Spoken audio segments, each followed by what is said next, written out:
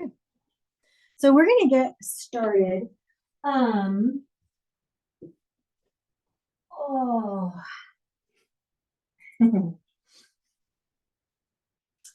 So starting in our usual way in our study and sweet seat.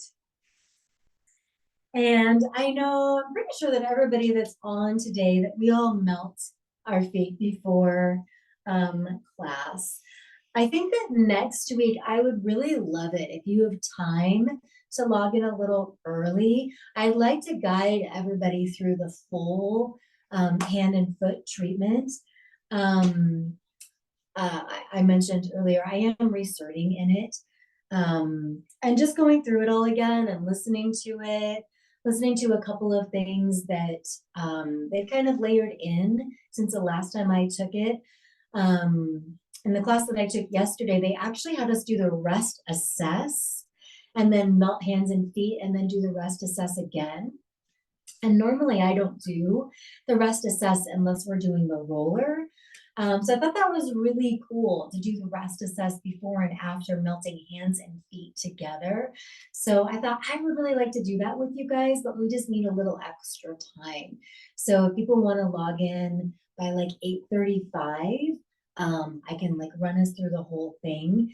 Maybe I'll remember that new thing that I was like, oh, I've never done that before. Jerry, I'll try to find it and bring it in. So just an invitation if you're interested in that.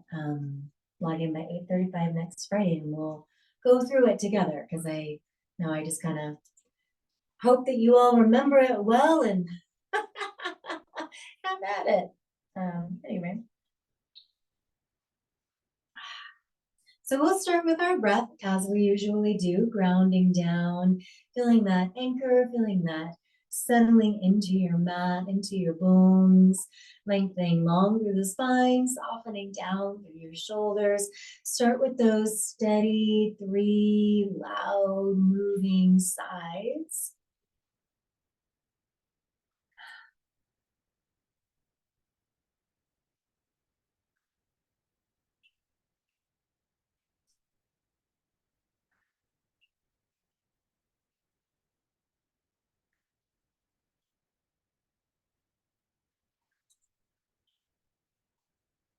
And letting that change into your softer breath, the lengthening of the exhale by exhaling through a small space between the lips, breathing in through the nose, out, letting the head shake and the chin drift.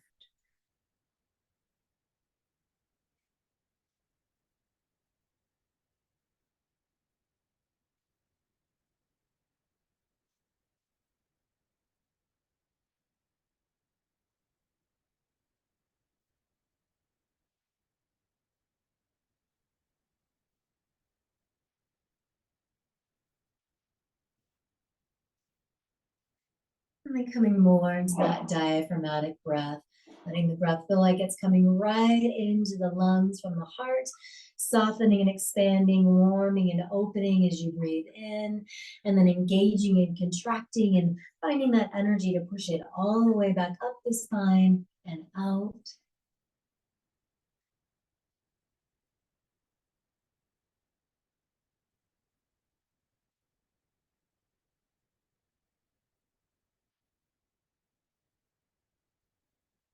And maybe take this breath 2 more times and add that sound to it as you exhale.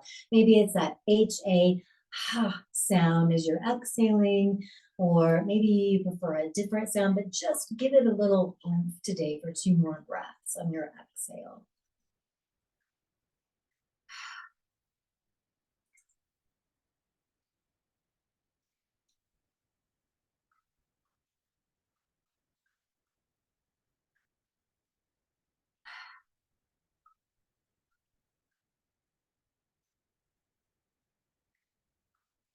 And then for today, for our 4th breath, I'd like you to add that pause, preferably after you exhale, but if you prefer the other round after you inhale, do that instead. So breathing in, breathing out, And when you feel empty or when you feel full, if you're doing it opposite, just invite yourself to pause and wait. Just think of it as simply being present with this space between. And then when that being present with the space between gets uncomfortable, acknowledge the discomfort and inhale.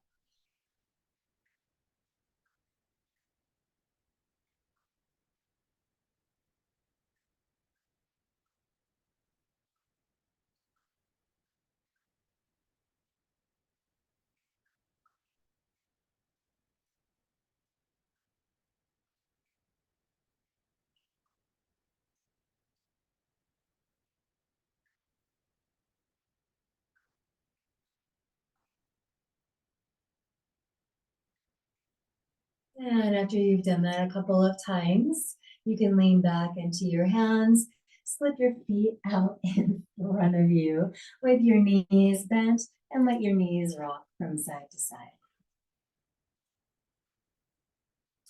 Leaving the sides of your body nice and long, feeling a little lifted through the waist, open through the shoulders, hopefully relaxed through your jaw.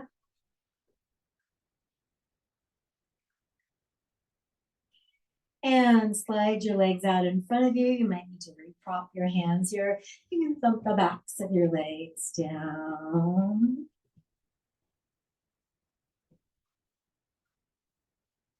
Keep them right here coming into seated robin's breath. So you can come back to Sukhasana. You can also come on your knees instead. So either way that you are, hero's pose or Sukhasana, inhale and reach your arms up. And as you exhale, bring your hands all the way to heart center. Just take a nice full breath in here. And as you exhale, you're going to kind of push your heart to the back of your shoulder so that your thoracic spine rounds, lowering your chin a little bit, reaching your arms out in front of you, and then pushing the heart even more. You're really like flaring through your shoulder blades on the back of your body. And then as you inhale, lifting up, opening your wingspan, sending the gaze up to the skies. This is a good place to open the jaw. And then as you exhale, rounding like you do when you come into cat pose, lowering the chin, reaching the arms forward. And again, just put a little extra push, like you're pushing the heart to the back of the spine to feel a flare between your shoulder blades. And then inhale, come back to center. Let's do that 2 more times with that idea of kind of flaring through the back of your shoulder. So just breathe in. Exhale, begin to round, lower the chin. And then as you round a little further, think of just that push to flare, almost like a peacock. And then opening your arms to open the front of the heart. And then as you exhale and round, that flaring is opening to the back of the heart. And then you anchor at center as you inhale. We'll do that 1 more time. So again, exhaling to reach and round, and then give just that little extra flare. And then open and expand. And exhale, round and reach. As you get to the end of the pose, give it just a little extra fill. And then inhale all the way to center. Good. Come over to hands and knees. Once you get to hands and knees, make sure you feel nice and wide between the palms, long through your spine, and start that Komodo dragon wiggle. So just letting the hips figure 8 left to right. Feel how that climbs up into your body, into your waist, into your shoulders, maybe even getting up into the head.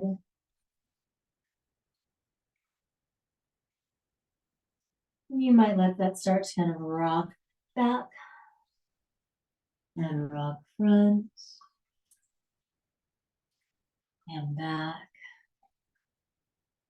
and front. And if you're rocking front to back, noticing how your torso feels as you do so. So as you're coming forward, do you feel the belly lengthening along with your spine? You're going to feel it engage below the belly button. And as you rock back, do you feel a little more length along the back of your body? Just kind of noticing those 2 things.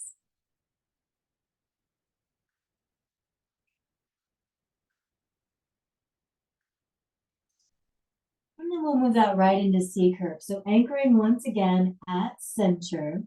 Breathe nice and long through the spine. And as you exhale, look over your left shoulder and then kind of bend at your left waist, drawing the left hip closer. You're going to curl your arms so your elbow creases are facing in. You're kind of flexing through your tricep. And then inhale, reaching back to center. And when you're ready to exhale to the other side, moving to your second side.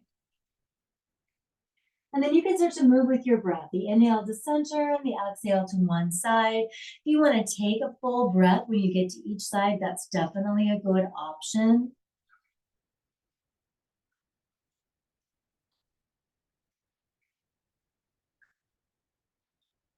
Keep the jaw spacious, keep the breath fluid. And then we'll do a little figure four here. So, or thread the needle, it's kind of a figure four. Anchoring down through your right hand, make sure that your right elbow is nice and flexy, and then reach your left arm out, turn it around like an airplane coming in for a landing, drive it in between your hand and your knee, drag it down, maybe coming to the elbow or the forearm or the tricep, and then bringing your head down to your mat or to a prop that you might slide into place. Once you get there, you're anchoring down through your right hand to really create a lot of strength and stability through the chest and the heart. And then you might leave that hand there nice and strong, creating that bracket, or you might lift that arm up to the sky, bring it to your hip, or reverse wrap it to your other hip. I also like the other options of just sliding the arm straight out. So the right hand kind of slides over the left hand and over it and further out. And you might also like to slide it up overhead so that that crease comes near your ear.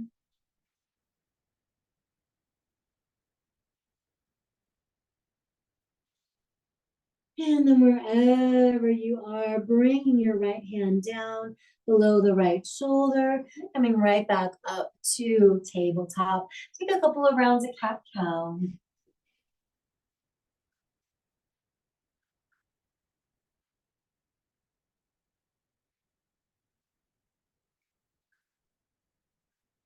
And then coming back to that four-pointed posture, nice and stable. Really make sure that your arms aren't locked out. Root down through the left hand, reach out through the right. Bring the right hand in between the left hand and the left knee, sliding down, propping your head up on the mat or a prop. And then work with your left hand, really creating a lot of strength and space. You should feel if you're pressing down through your left hand, you should feel a lot of awake engagement along the left shoulder blade. And deciding what you want to do with the left hand, keep it here, reach it straight up, put it on your hip, wrap it to your opposite hip, slide it over the hand that's on the ground, or reach it overhead.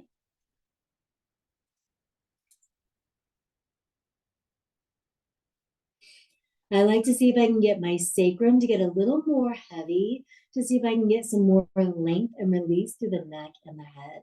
So if you're just kind of lifting that sacrum up like it's full of helium, see if you can let it get heavy, almost like it wants to relax another inch towards your heels.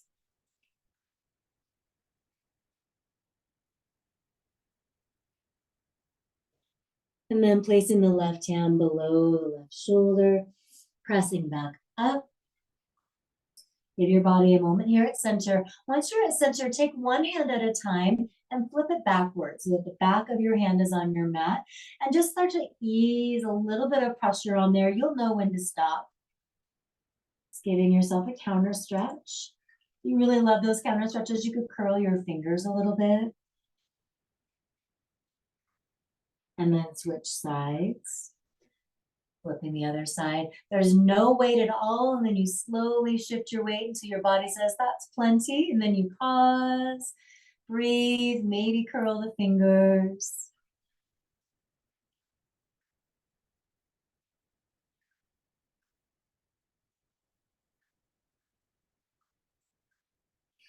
And then place your hand down, tuck your toes, Walk your hands back towards your knees. Lift your knees up off of your mat.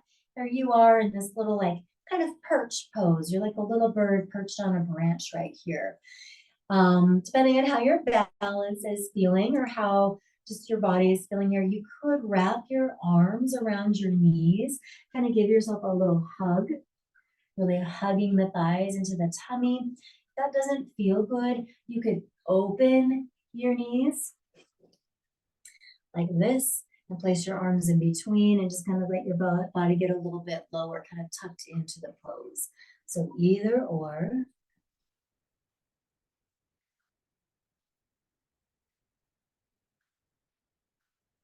And then if you went with that open variation, I'd like you to just kind of bring the knees back to center for a moment. Place your hands above your knees at the bottom of your thighs. And you're gonna start to lift, putting your heels on your mat, keeping your knees bent, essentially coming into chair pose. So once you've got your knees bent, you're gonna let the tailbone tuck a little bit. And then placing your hands on your thighs still, you're just gonna lengthen the heart. And then lift your gaze a little forward. Place your hands on your low back. And then slide the shoulders down. Tuck your tail a little bit more. And then lift your gaze gently up. Relax your jaw and take 2 breaths here. You might lift your toes and put them back down.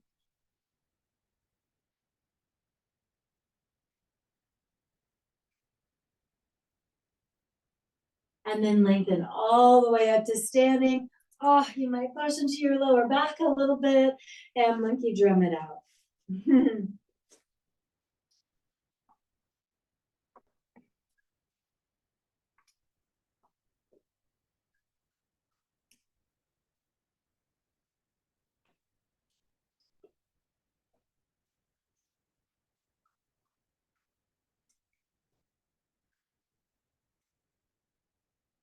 Good. So coming to center, we'll come right into that move that we should all feel pretty familiar with. And if you prefer to do it slower than I'm cueing it today, you can take it in the slower variation. They both are really great. The slow version actually gives the connective tissue more time to stretch. But I'm kind of feeling the quicker version today, but you can go with the other version, like I said. Inhale, reach your arms up. And as you exhale, bend your knees, coming straight down into chair. Good. As you inhale, lengthen all the way up. We'll take it slow this first time. As you exhale, bring your right arm down, lean to the right, pushing into your left heel. As you inhale, come up through center. And as you exhale, sitting down into chair. We'll do it slow one more time together. The inhale brings you into that straight neutral length. The exhale side bends you, pressing into the heel over here, really taking all of that length. The inhale brings you back to center, and the exhale brings you down. So you can stay at that pace. Otherwise, go with me. Just inhale right here. And as you exhale, press up and over. And as you inhale, come to center and down. So both ways are right, whichever way you prefer.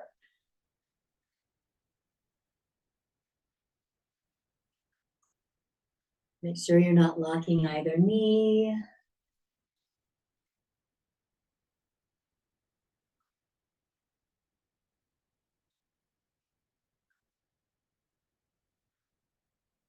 And if you're doing this slow, do this one more time to each side. If you're doing it a little more quickly, do it 2 more times to each side.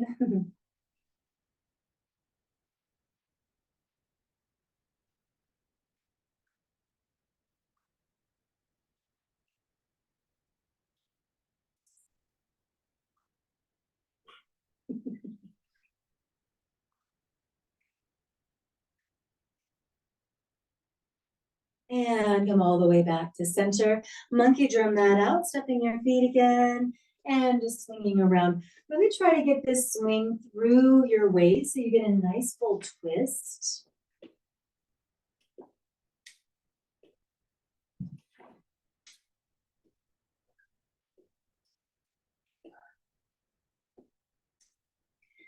And then we'll come right into standing robin's breath. So we've already done this, but we did it seated.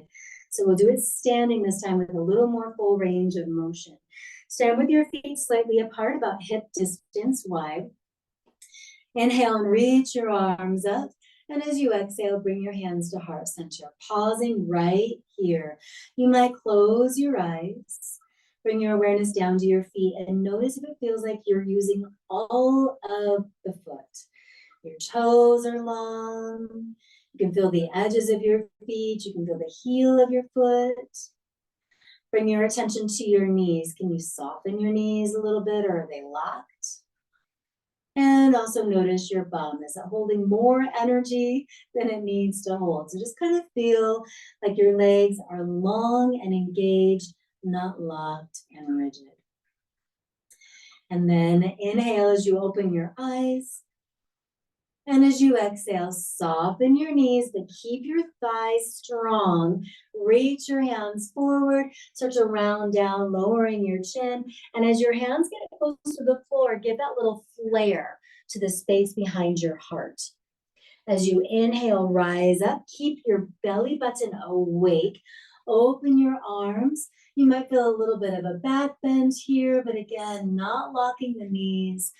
Exhale, bend your knees, strengthen your thighs, round as you come forward, put a little push between the shoulder blades, and you're gonna come right back to Tadasana, standing, bringing your hands to heart center.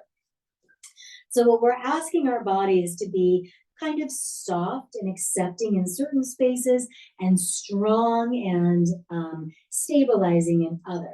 So we want our knees to have a lot of flex and ability to kind of squish and take up some of that absorption. We want our thighs to be really strong, on our toes and our belly button to be very awake. So we'll do it to tempo with our breath, but really think about those spaces that are working to really hold you steady and those spaces that are helping you stay mobile. So hands at heart center, breathe in. Exhale, bend and come down. Think about the thighs, think about the tummy. Inhale and come up. As you open, how do you keep the knees a little springy, but let the pelvis come a little forward? Exhale and coming down, scooping a little bit at the waist, and then coming all the way through. And as we do that 2 more times, how do we keep all of those things doing what we want? And then remember to add a little flare to the back of the heart on your exhale. And add a little flare to the front of your heart as you inhale. So just very much bring your focus into your body. Let the movement be as slow as your breath, so you can really feel each little nuance of this vinyasa.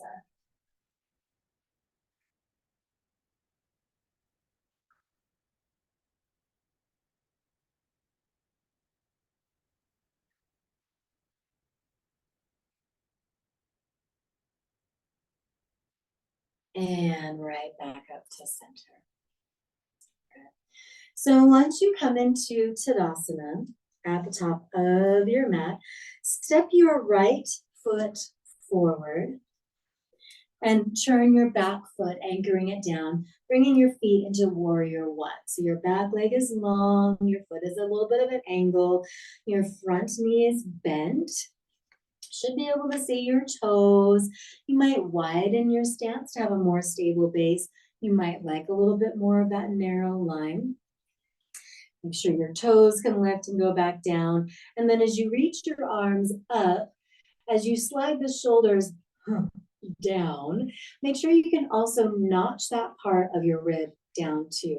Remember when we talked about if there was a magnet here and there was a magnet here and you had them backwards, you would feel their polarity. You would feel that push-pull where they want to be together, but they can't be together. That's how you want to feel in Warrior 1, that space right at the top of your diaphragm and that space right in the center of your pelvis. So as you inhale up and bring the shoulders down, you're feeling that polarity right here. And then bring your arms all the way to cactus, coming into our push-pull variation. So as you exhale, push, feel a lot of that energy right here on the diaphragm. Flip your hands, and as you pull, try not to lose that energy. Stay nice and strong. Pull as far back as you can without popping the ribs forward. Exhale, push. Inhale, pull. Last two, push and pull. Last one and pull. Good. Bring your hands to your hips. Let's take this right into tree. So this is your standing leg. You're going to push off your back heel. And as you push off your back heel, coming onto your toes, lengthen your front leg before you lift your back toes up. Make sure you didn't lock your knee. And then lift your foot and bring it below your knee. Below the knee for strength.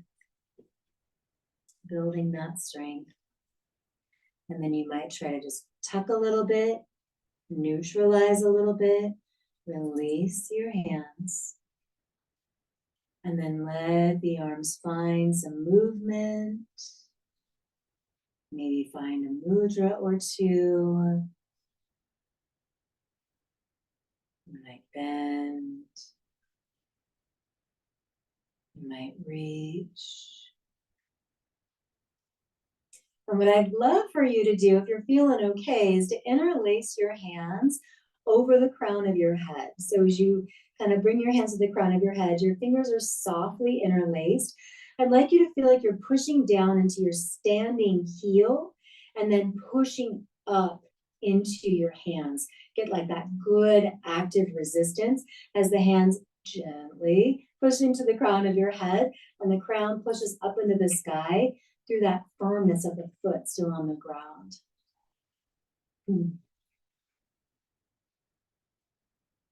And release. Bring your feet wide, monkey drum it out.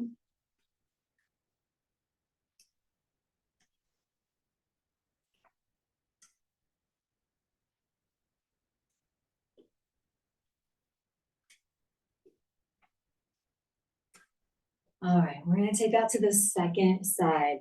So coming back to the feet, hip distance apart. First, just feel your body. Bring your arms down by your sides. Closing your eyes can really help here if you feel stable in your feet.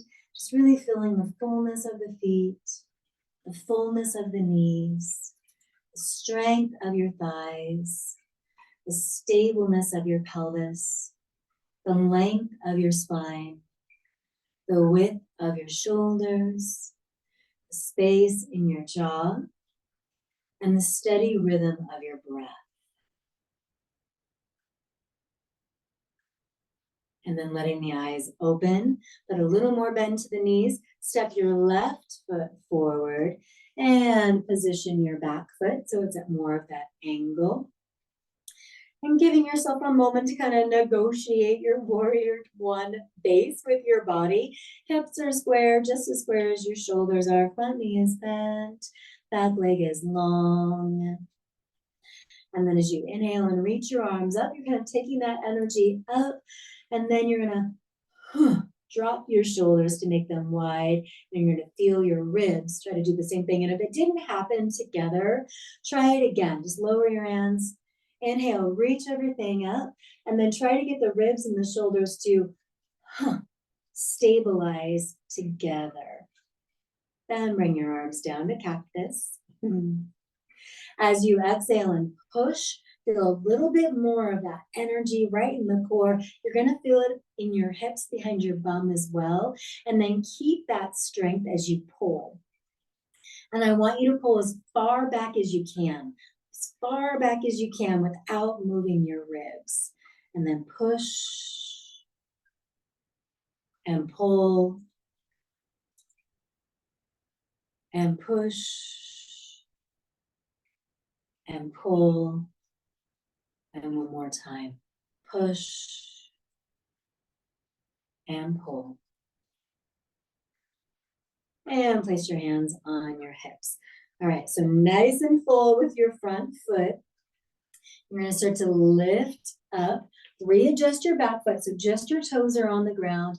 Your foot is straighter now. Lengthen your front leg. Pay attention to your knee. And then once your toes are flat and your knee is not locked, take your back foot and place it along the inside of your calf. And some of those tiny micro adjustments, feeling very neutral, very stable. And once you feel that way, kind of let the hands go. You might have a favorite place that you come to with your arm line.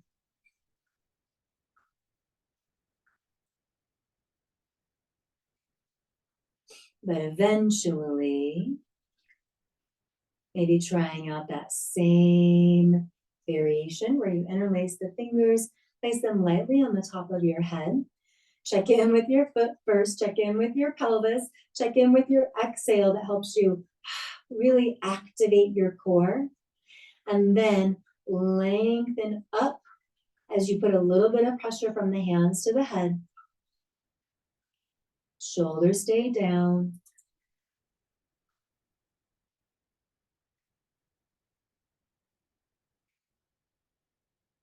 And release. Step it out.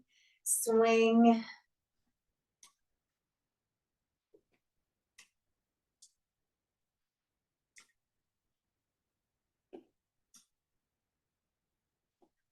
Good. Let's start to work our way back down. Inhale, reach your arms up.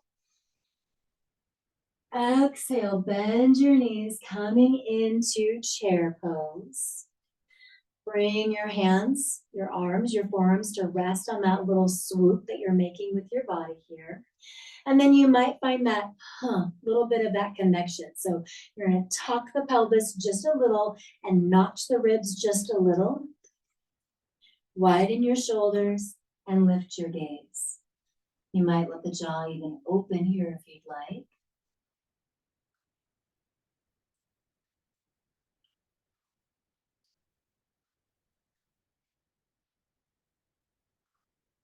And then letting the chin lower, bring your hands to your knees. Do that little flare through the shoulders that we've been doing a few times this morning. And then relax your way down, placing your palms on your mat, stepping your feet back to downward facing dog. You kind of maneuver your hands and maneuver your feet. You can pedal the feet a little bit.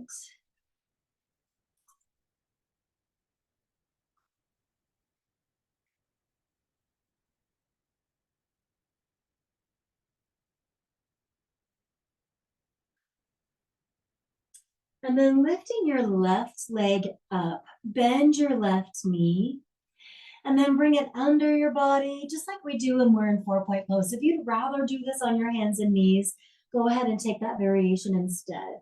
But you're just kind of tucking the thigh under the body, squeezing it towards the heart, and then working your way back up. I like to leave my knee bent when I'm here and bring my heel closer to my bum.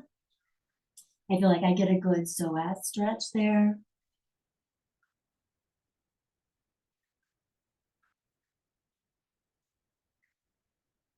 Good. The next time that you start to bring your knee under you, instead place your foot down. If you're in downward facing dog, you're going to split the other side up and bend your knee and go on the other side. If you're on hands and knees, you're extending the leg behind you, curling it under. And you could do the same thing. You could leave the knee bent and curl it under. So whether you're on your toes or your knees, the movement is the same.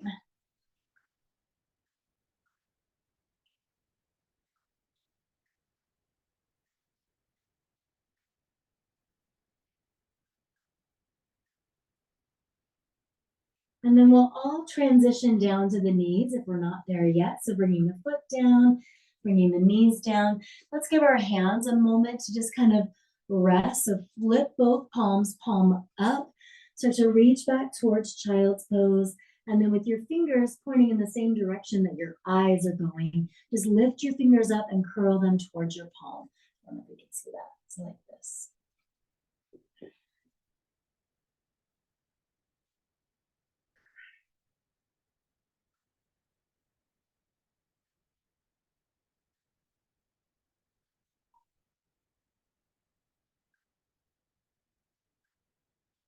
Bringing your body right back to center. If you would like your hands to be on a prop or on your fist, you can definitely change that now if your hands are fatiguing at all.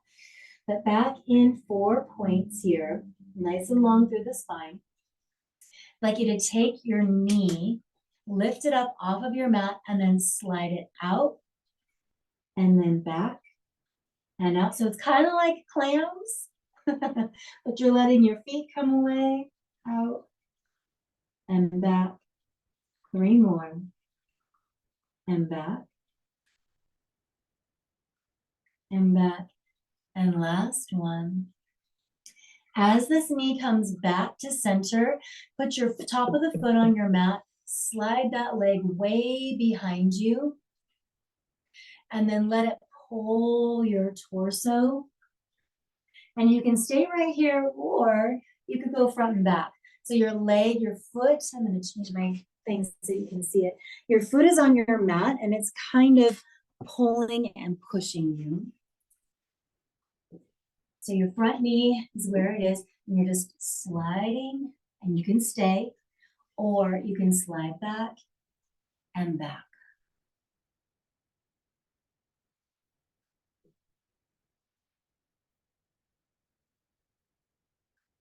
If you're moving front to back, do that one more time. And then between sides, again, flip the backs of your hands down, palms up. Let your seat get closer to your heels. Relax your forearms down. Lift your fingers up. Curl them towards your wrist. Let your head hang heavy. Shoulders create a lot of space for your head.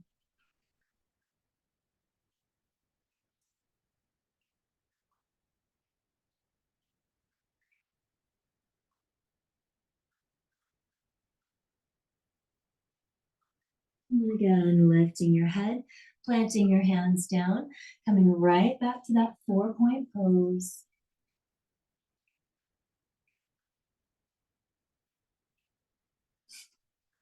And we're going to take that same thing, but to the other side. So you're nice and grounded. You're lifting the right knee just off your mat, and you're letting it come out and in. Nice and awake behind your belly button. You need to stay right here and exhale and make that sound to really feel the exhale engage. Always feel free to just stop and really give yourself a forceful to kind of wake everything up, to pull it back to center.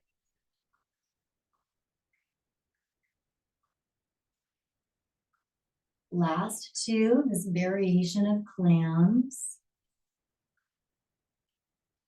And as the knee gets back to center, before it sets down, put your foot down instead, and then let the leg extend behind you, and then let the leg drag you back. You can stay right here, or you can travel front and back, and front and back, and front and back. As you slide front, bring your knee underneath you. Let's take a longer time in child's pose. So you might want to open the knees, let the big toes touch, slide your sits bones towards your feet, bring your forearms down. Again, this is really nice when you're taking the wide variation to like sway your body. You're kind of nestling your core in between your thighs, letting the spine get really long. And then you might feel the shoulders open up a little bit more if you're taking your time. And then releasing your head. Remember, in this variation, you've got lots of options with your head. You can be on one side of your face. You can be on your chin. You can be on your forehead. You can be on a prop. Lots of things to really make this place a spot that your body can settle into.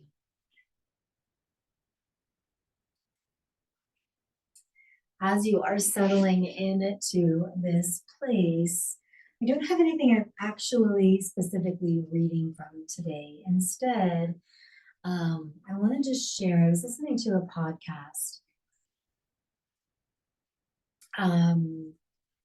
Jay Shetty has a podcast called On Purpose. And sometimes he just talks and he's wonderful. And sometimes he has guests. Um, and I listened to one of his guests, and I don't 100% know who this person was, but I was listening to it. And there was a part of it that I was like, this, what he's saying right here, is so true. And I'm going to go back and listen to it again so I can find that spot. But essentially, what he said, if you can be triggered, and I know there's so many words now that are used really loosely and really, there's words we used to use quite sparingly. And when we use a word sparingly, it seems to hold more power. And there's words that today are, I feel like they're just kind of overused. They've lost their true meaning. So when somebody says, oh, you traumatized me, or oh, I'm triggered, like those used to really hold a lot of weight. And they don't hold as much weight, in my opinion, as they used to, because they're used so freely now. But we hear this a lot, or I guess I should say, I hear this a lot. Oh, that triggers me. Don't say that. That triggers me. And while on one hand, I firmly believe that we absolutely have things that pull up things for us that maybe send us somewhere else. A word gets used. Um, it's very much like scent, right? We smell something and it triggers memory. Words, it can be like that as well. Here, let's start to move here. Let's pull ourselves out of child's pose. So starting to lift the body, we're gonna work our way right into pigeon. So you can bring your knees back to neutral and slide your left knee forward and just kind of pause right here. Adjust your foot.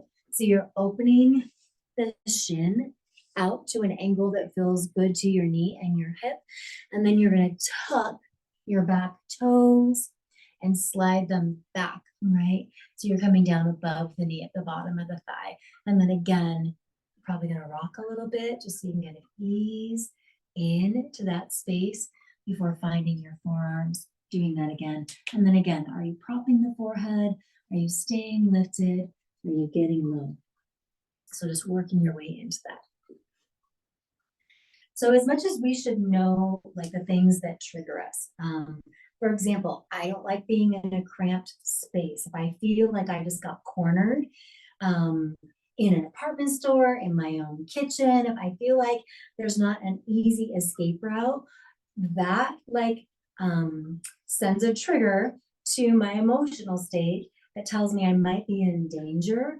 And I really have to work quite hard to kind of mellow down when I know I'm not actually in danger, right?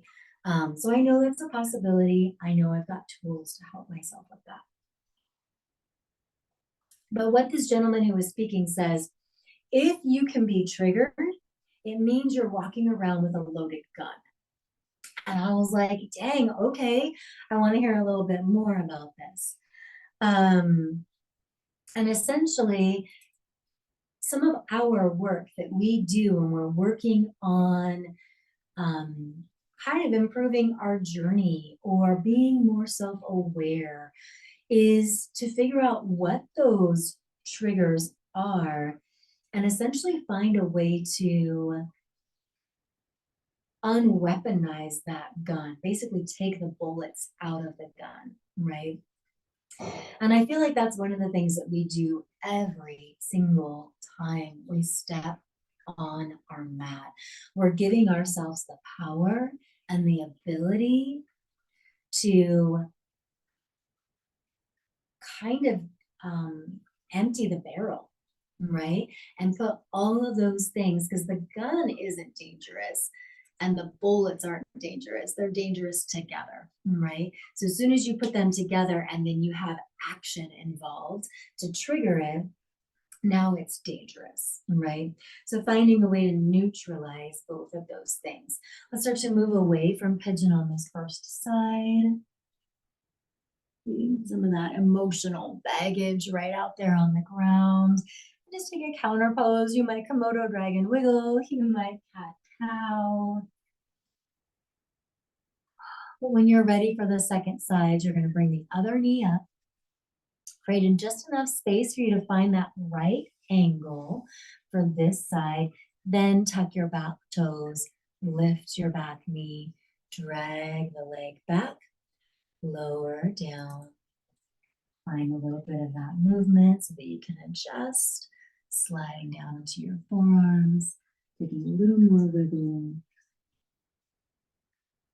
creating space in the shoulders so the neck and head can relax.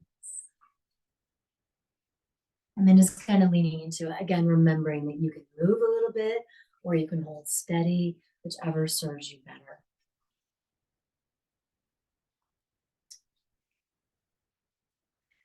So continuing back on, basically what he was saying is that the things that triggered us were neither our fault nor our responsibility. But as we get older, it is our responsibility to kind of empty that gun, so to speak, so that the things that trigger us hold less and less and less and less power over us. And the truth of the matter is that when we get triggered and we have action behind that and we kind of fire that thing out, we usually end up hurting somebody that had nothing to do with why we were triggered in the first place. They have nothing to do with the original reason why we have a protective response. And as I was listening to this, I was so grateful for my practice. I was so grateful that absolutely, I still feel like there's things that trigger me and that I have a reaction that ends up kind of negatively affecting somebody that I wish that it hadn't. But now I can come back, see that, and kind of repair that situation. But then seeing that now with other people, like when they tell me, oh, that triggers me, like it gives us a new space to work. It gives us new language to work around, right? Like, okay, so you got triggered, let's pull back. Oh, let's come all the way back to our seat, Sukhasana. And so now we get to kind of talk with people if that's a situation in our life or still a situation in ourselves of how can we help you not have this essentially weapon that you're walking around with, right? Coming into that breath practice, coming into that mindful practice. We had a big physical practice today, bigger than we normally do together on our mat.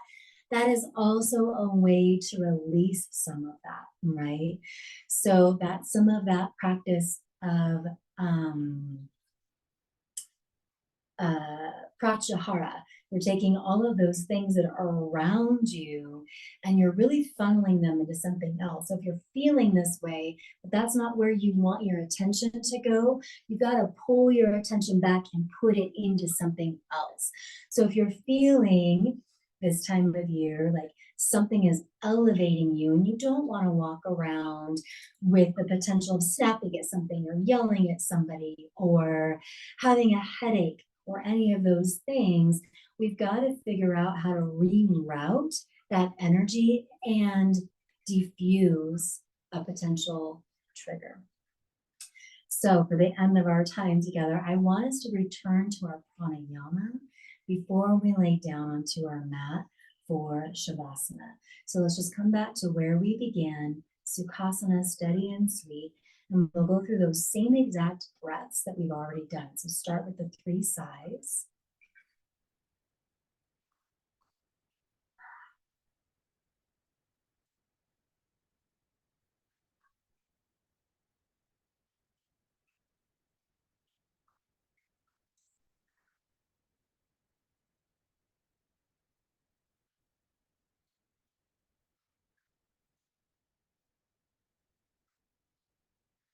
And go right into that calming breath in through the nose. Out through the small space between the lips, you might shake your head really gently no as you lower the chin towards the collarbone.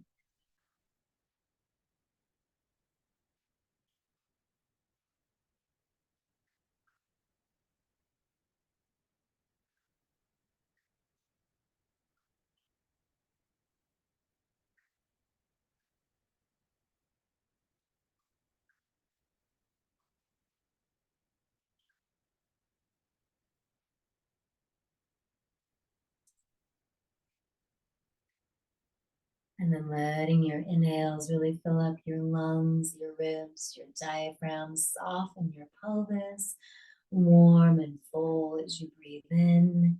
As you exhale, feel all of that fullness draw together at the center and create that strength right at the center of your body as it travels up and then back out. Do that 2 more times.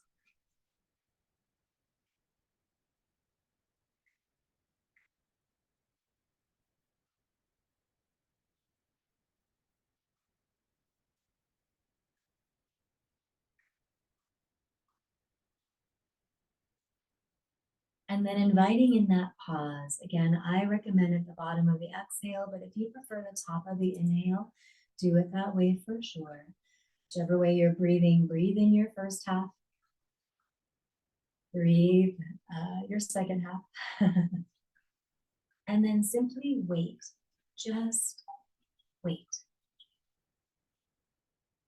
And when you feel uncomfortable, acknowledge the discomfort and resume your breath. And when you get to your pausing point, you're just simply pausing.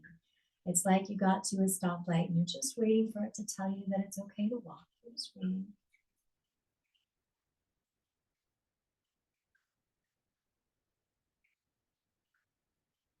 And resuming the breath when you need. Take that variation just a couple more times.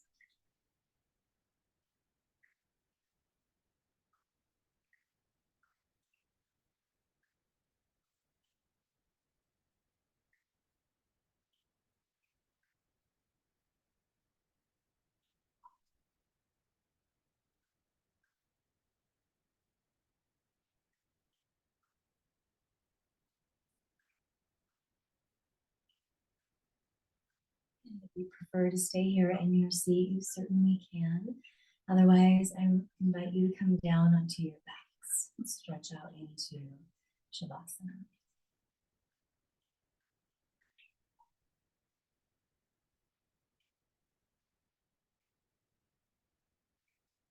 So when we're getting ready for bed at night, anybody who struggles falling asleep, the first thing that anybody will recommend is you get into a bedtime routine so that your body recognizes the routine, it understands the pattern of things that you're doing and what that pattern of things is leading up to. We start our time together on our mat the same way every time for a really similar reason. It helps our mind acknowledge this hour is very intentional and it's very much individual and for ourselves. It sets you up for your practice. We can very much do the same thing with the breath.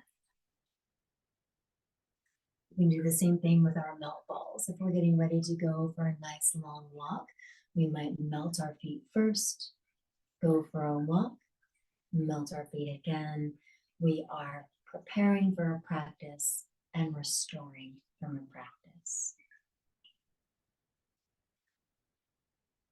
So if you know you're about to encounter a situation that has the potential to rile something up in you that you don't want action to happen in a negative way, you might really prep for it. You might set yourself up with your breath, with your mantra, with your physical practice, with your meditation.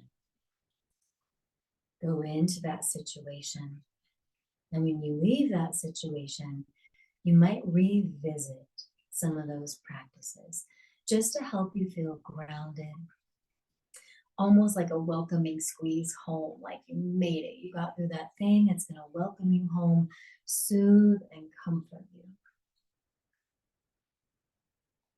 So when you know that you could have a potential trigger, how do you direct your energy? How do you nurture yourself? How do you help yourself diffuse so that eventually these little triggers lose their power over you and you can walk around free and unloaded, unburdened from things that no longer need to burden you.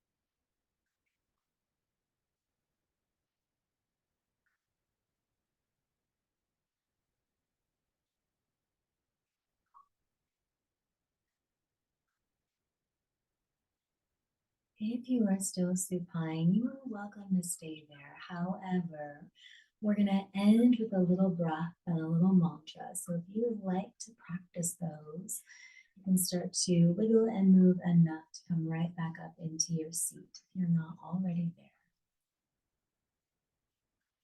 Sometimes when we go into a situation, we've created such a pattern of being triggered with another person that we assume that we have jobs, we have roles. So somebody sees us coming and they're like, oh, it's my job to do this, this, and this to get this reaction out of this person. And that person's like, oh, it's my job to react this way, right? And if you're tired of that, you can be the first one to start to end that whole process. Usually doing it with a sense of humor helps. Dramatically. It helps you, it helps everything around the space that you're in. But that's definitely one of the things that I've noticed is that sometimes we just act the way we act because it's expected. And when we're tired of that and we don't like that pattern anymore, somebody's got to be the first one to break that pattern. So today we're going to do that negative tension release breath, and we're going to follow it up with a Ganesh mantra just to give us a little bit of that moving energy, to be willing to unstick those stressors so that we can just either open the gun and clean it out or fire the gun somewhere else and empty it out and not reload the dang thing. Okay, so coming into your seat, stretch your arms out by your side, tent your fingers, hovering your fingers above your mat. They don't have to touch, just hover above. We're gonna do that tension release breath. So when you breathe in, you're bringing that breath into your body, you're letting it swirl around in your heart or someplace in your body that you feel that stuck stress. And you're saying to yourself silently, I willingly release negative tension. And when you exhale, you're feeling the breath go down the arms, out the fingers, and compost themselves into your mat. Breathe in. I willingly release negative tension. Breathe out. Push that air to the shoulders and down your arms and out your fingers. I willingly release negative tension.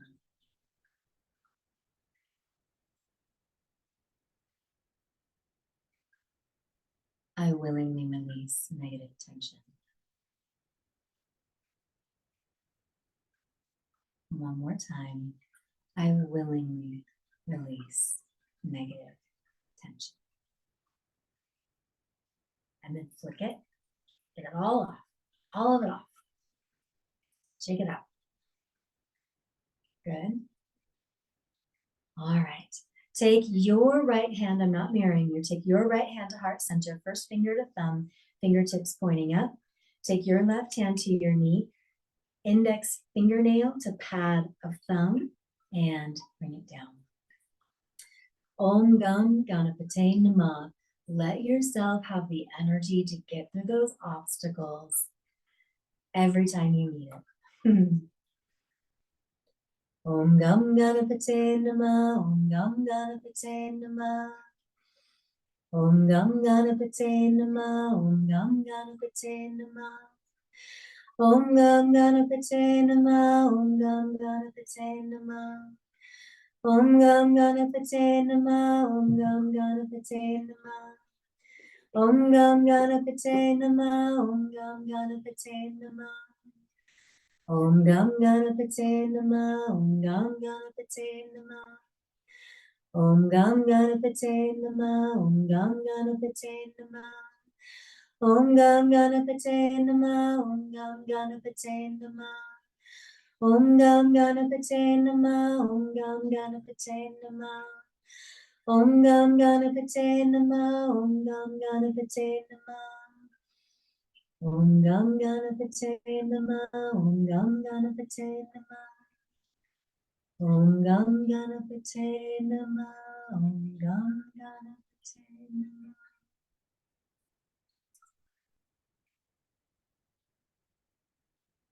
Nice full sigh out.